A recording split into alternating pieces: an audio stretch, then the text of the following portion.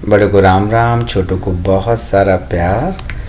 और जैसा कि मैंने आपको बताया था कि ये प्लेलिस्ट मैं बना रहा हूँ न्यूजीलैंड में टीचिंग जॉब्स कैसे ली जाए अगर आप इंडिया में पढ़ाते हैं, तो इसके regarding.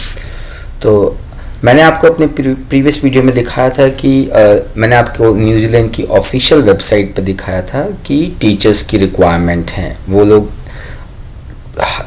Middle school teachers, primary school teachers और सेकेंडरी स्कूल टीचर्स को रिक्रूट करते हैं। अब आगे सवाल उठता है कि कैसे ये प्रोसेस स्टार्ट किया जाए। तो अब मैं आपको इस प्रोसेस के बारे में बताऊंगा। तो देखिए, मैं आपके सामने ये सर्च करूंगा ताकि आप अपने लेवल पे भी ये खुद इसको देख पाएँ, इसको ये ऑथेंटिकेट कर पाएँ कि वाकई में ये जो भी मैं चीज़ें बोल रहा हूँ ये ट्रू हैं। तो हम चलते हैं न्यूजीलैंड की वेबसाइट पे दोबारा से गूगल के थ्रू, और न्यूजीलैंड की ऑफिशियल वेबसाइट ये रही। मैंने इस पर क्लिक किया और मेरे सामने ये पेज खुल गया। हम बात कर रहे थे, एक मिनट, किस वेबसाइट पे, लिव एंड वर्क। चलिए, मैंने इस पर क्लिक किया, मेरे सामने ये पेज खुल गया। मैं वर्क की बात करता हूँ, लिव की नहीं, मैं वर्क की बात करता हूँ। वर्क की बात करी मैंने, अब मेरे सामने ये पेज है, फाइंडिंग वर्क इन न्यूजीलैंड। चलिए हम इस पे चलते हैं, finding work in New Zealand, finding work in New Zealand और how to find a job in New Zealand, main job sector. चलिए हम देखते हैं कि कौन से मेन जॉब सेक्टर हैं न्यूजीलैंड में। मेन जॉब सेक्टर पे हम गए और उसके बाद इसने कुछ बताया है। एक तो एग्रीकल्चर एंड फॉरेस्ट्री में, बिजनेस फाइनेंस में, कंस्ट्रक्शन में। हम एजुकेशन एंड टीचिंग में देखते हैं। एजुकेशन एंड टीचिंग में गए, becoming a teacher in New Zealand, education workforce. तो यहाँ पे पूरी इंफॉर्मेशन दी गई है कि किस तरह से आप टीचर बन सकते हैं। तो देखते हैं जरा क्या क्या बता रहा है। Find out if you can teach in New Zealand, the process you will need to follow and what document will need to provide. तो आप खुद से यहाँ जाकर के देख सकते हैं कि प्रोसेस कौन सा आपको फॉलो करना है और क्या क्या डॉक्यूमेंट्स आपको रिक्वायर्ड हैं। If you have trained overseas, for example अगर हम बात करें, हम इंडिया में हमने ग्रेजुएशन करी हुई है, इंडिया में बीएड करी है, तो हम इस कैटेगरी में फॉल कर रहे हैं। You will need to be competent in both written and spoken English। तो देखो, एक ये चीज़ हमें एक्स्ट्रा चाहिए, written and spoken English की में competency होनी चाहिए। तो इसके लिए हम कैसे प्रूव करें कि we are competent enough, देखते हैं। for overseas trainer teacher, teacher counselor of this fast track of residency, green list, okay, check if you need occupancy registration for your job, green list। तो देखिए, ये आपको सारी information दे देगा। अगर आप यहाँ आएंगे तो अपने आप भी आप इसको एक्सप्लोर कर सकते हैं। मैंने एक्सप्लोर किया और एक्सप्लोर करने के बाद एक मैं देखता हूँ, मैं वापस वहाँ जाता हूँ। तो becoming a teacher in New Zealand, why become a teacher, pathway to become a teacher. चलिए हम पाथवे देखते हैं। Pathway to become a teacher, study options, become work at a school while you study, looking for मैं अभी फ़िलहाल जिस चीज़ की search कर रहा हूँ वो ये देख रहा हूँ कि इंग्लिश कॉम्पिटेंसी हम किस तरह से प्रूव करेंगे। उसके लिए क्या, for overseas trainer teachers,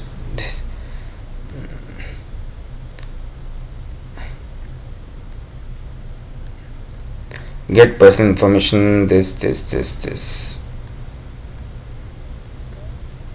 education and teaching, check if you need document registration for job, green list, people of New Zealand, for overseas trainer teachers,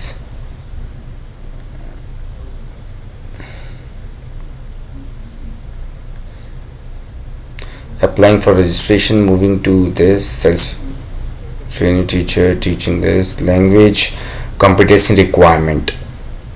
मैं एक बार इसको देखना चाहूँगा, लैंग्वेज कॉम्पिटेंसी रिक्वायरमेंट।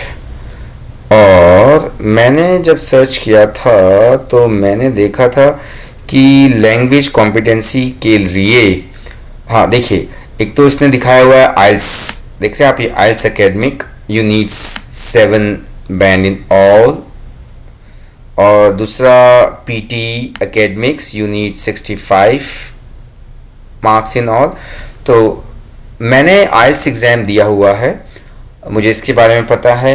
और दूसरा ये पीटी एग्ज़ाम, मैं सोच रहा हूँ इस बार मैं पीटी का एग्ज़ाम दूंगा, क्योंकि मैंने सुना कि पीटी जो है वो थोड़ा इजी पड़ता है आइल्स के कंपैरेटिवली। मैंने आइल्स एग्ज़ाम दिया था तो उसमें मेरा 7 बैंड था, बट आई थिंक किसी एक सेक्शन में मेरा 6.5 था, और तो इसीलिए मैं इस बार पीटी को देने की सोच रहा हूँ। ये मैंने एग्ज़ाम दिया था आज से 4 साल पहले जब मैं इंडिया में था। आई होप अभी लैंग्वेज कॉम्पिटेंसी मेरी और बेहतर हो चुकी होगी, देखते हैं। मैं आप लोग के साथ शेयर करूँगा अपनी प्रिपरेशन भी। तो आप लोग मेरे चैनल को सब्सक्राइब कर लीजिए और बेल आइकन ज़रूर प्रेस कर देना, ताकि आपके पास मेरे न्यू वीडियोस का नोटिफिकेशन आता रहे। मैंने एक प्लेलिस्ट क्रिएट करी है, टीचिंग जॉब इन न्यूजीलैंड के नाम से, शायद से। एक बार कंफर्म कर लेता हूँ क्या है उस प्लेलिस्ट का नाम।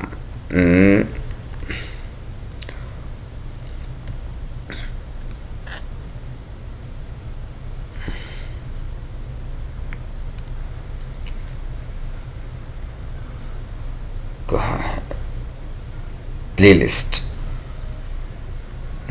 प्लेलिस्ट का नाम है private playlist updated today, view full playlist.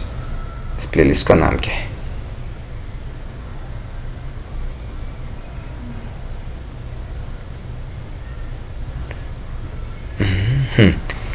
Playlist का नाम नहीं दिखा रहा। देखिए इस वीडियो का नाम है, ये वीडियो शायद से प्ले हो जाए, can I work as a teacher in New Zealand part 1, ये वीडियो का नाम है। इस वीडियो में और प्लेलिस्ट का नाम आप इस वीडियो के थ्रू आप इसकी प्लेलिस्ट पे जा सकते हैं। और प्लेलिस्ट का भी नाम कुछ काफ़ी कुछ इसी से सिमिलर था, how to work in New Zealand as a teacher. तो आप लोग फिर से मैं रिपीट कर रहा हूँ, सब्सक्राइब कर लीजिएगा, बेल आइकन प्रेस कर दीजिएगा और अपने फ्रेंड्स के साथ शेयर ज़रूर कीजिएगा। ये इन्फॉर्मेशन बहुत वैल्यूएबल है।